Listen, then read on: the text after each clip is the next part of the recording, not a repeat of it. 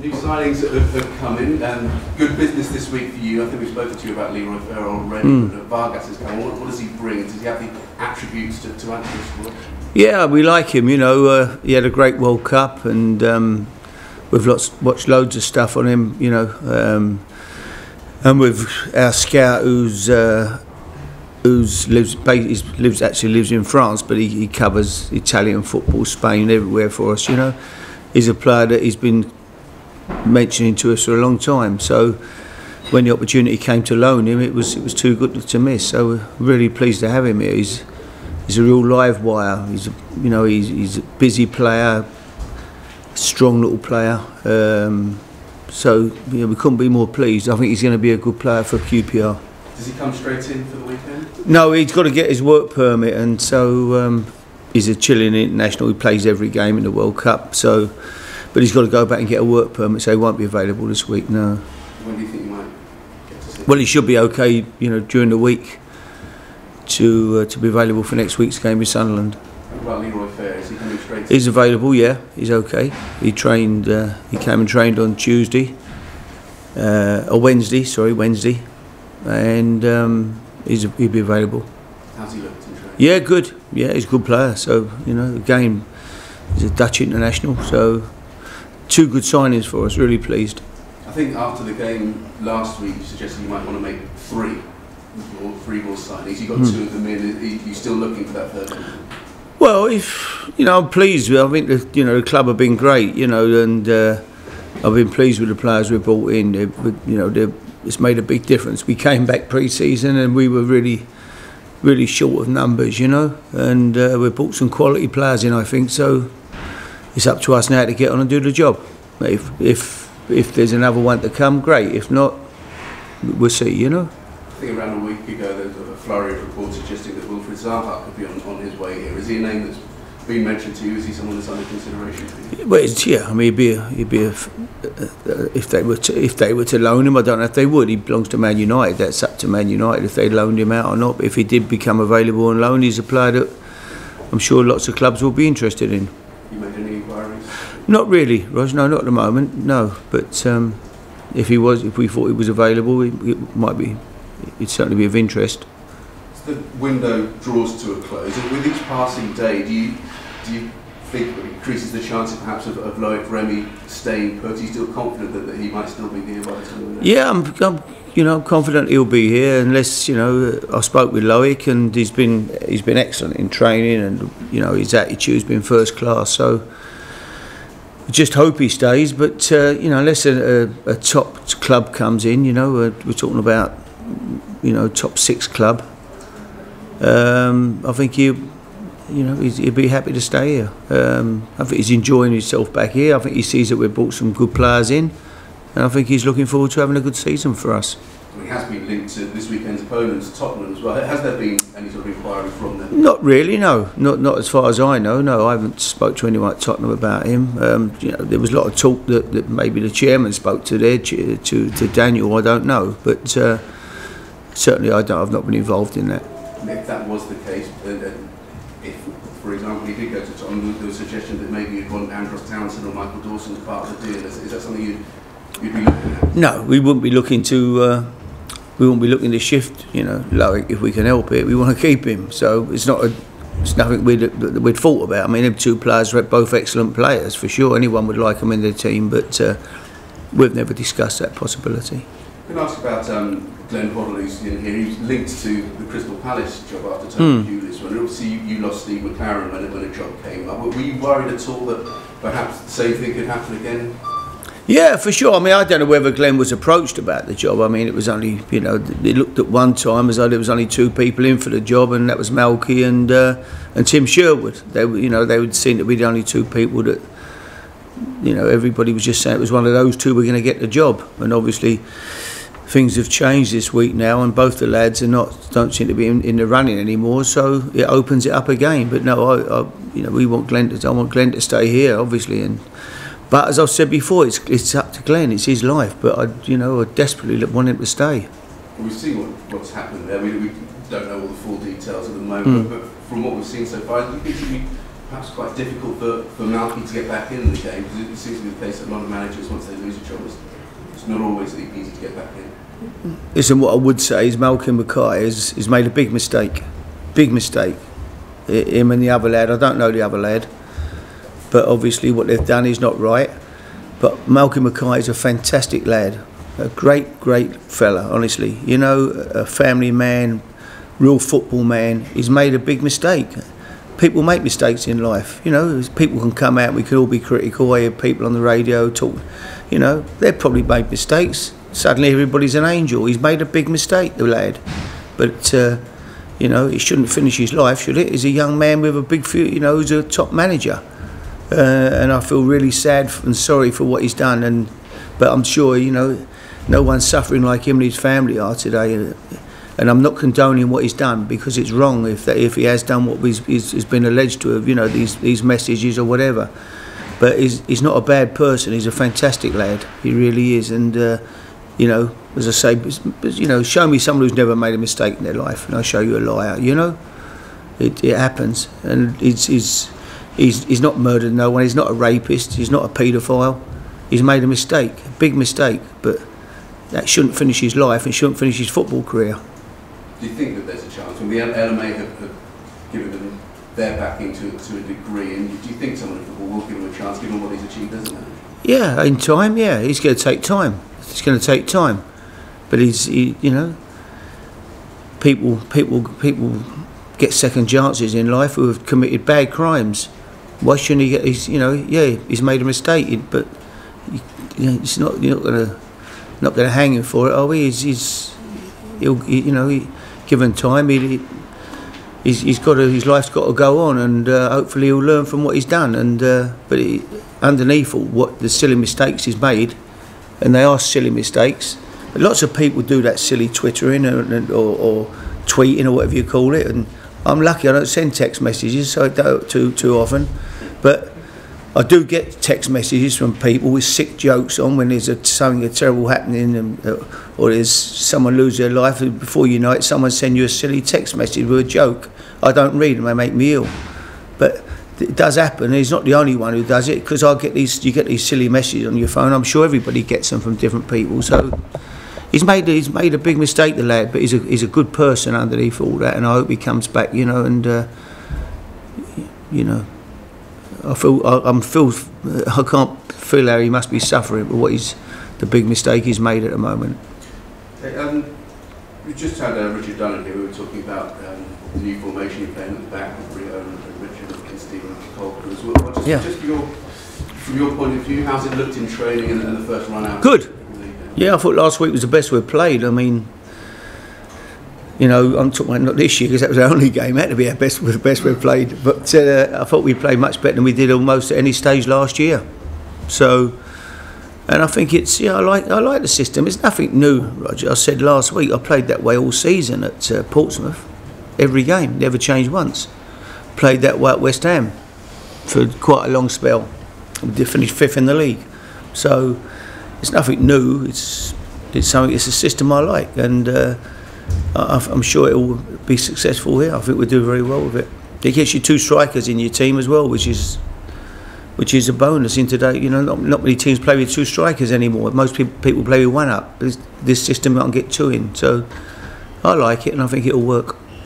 You brought Rio in for his experience and his winning mentality and so on. And he's given an interview today where he's talked about where he wants to go beyond this and take that experience into management. He says ultimately his long-term goal, he wants to be England manager. Do you see that in Rio, that management potential? Yeah, I'm sure he can be, yeah. I'm sure he's one of several players here that can go on into management if they want to. You know, I'm sure he's got a great future with whatever he does. He's a great lad, great role model. Fantastic football brain, so no reason he can't go on and manage. But before he manages England, he needs to manage a football club. I would think that's the first step on the ladder for him. You know, when he finishes playing, he has to get himself in there managing, and it's becoming more. It's a changing world out there, because the top players now. And I read an article in the week, a fantastic article, in one of the daily newspapers, and you know, where somebody has said that managers now, they're not going to do their apprenticeship, if you like, and go and manage in the lower levels, because the money they probably earn more in a week than they can earn in a year as managing down lower down. So unless they get a top job, they don't want all the hassle of going 5 nights a week watching football matches and being, getting that suddenly. I met a young guy the other day who's just got into coaching, and he said, my wife's got the hump. She said, because I don't come home anymore at 3 o'clock or 2 o'clock. I'm out every night watching games, and she don't understand it. I said, well, she'd better hurry up and understand it, because that's what you've got to do if you want to be successful. You've got to put the work in, and so they've got to go out and do that graft. I think, and start at the lower levels still. I think that's the best grounding of all. They're not going to walk into managing England or managing Man United or Arsenal or Chelsea or Liverpool or someone. They've got to work their way up in most cases, and let's hope Rio gets the opportunity one day, and there's no reason he can't manage at the top level. This weekend, Harry, one of your former clubs, is there ever added incentive from your point of view when you go into this? Or do you look at it, you lost last week, all you want to do is get back to winning and get 3 points, or is there something added? No, just another 3 points, but you look forward to going back there. I had a fantastic time at Tottenham. I had 3.5 years there. I've loved every minute of it. Absolutely loved it there. It was great club.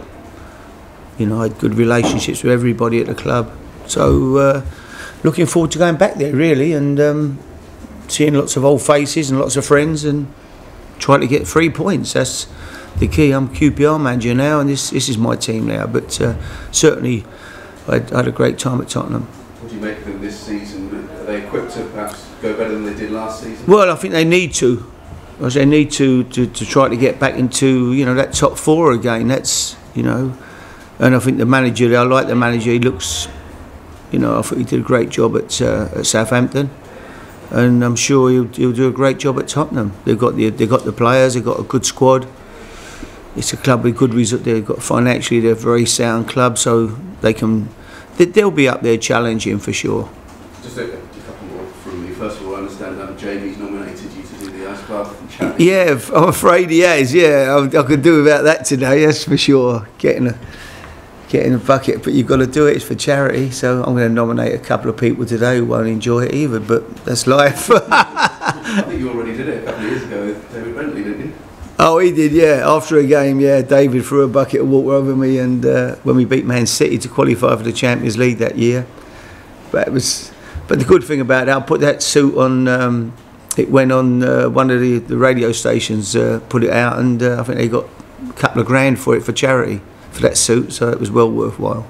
And just perhaps on a more serious note, Paul Gascoigne was seen as in difficulties again. I know he lives quite locally to you. Yeah. Well, I mean, is there anything that can be done for Paul? Because football's tried over the years to help him. A difficult one, but I see Gazza around, and I love Gazza. He's got a heart of gold. He give his last. Well, he probably, as I said before, he probably has given his last penny away. But that's how he is. He's just. But everybody's tried to help him. I don't know. The only person can help him now. He's got to be himself. There's been everyone's tried. I'd said to him, I saw him about a month ago. I said, I'll pick you up in the mornings, Gazza. Come training with me. Come and do a little bit of work with the kids. I'd love it if he could do that, and he wants to do it. I'll pick him up every morning, 5:45, up the top with and bring him in, and he can go and do some coaching with the kids and help Steve Gallen with the younger players or whatever. I'd love it if he would do that, and that's an open invitation to him. So, but he's a great lad. It's sad to see how he's looking at the moment. Harry, I want to come back to the Spurs match this weekend. Going there and returning for the first time. How are you feeling about it? About being back in that stadium? Do you think you're going to get a warm reception? Well, I shouldn't get a bad reception, should I? Really? I mean, I've finished 4th 2 years and finished 5th the other year, so I didn't do too badly there.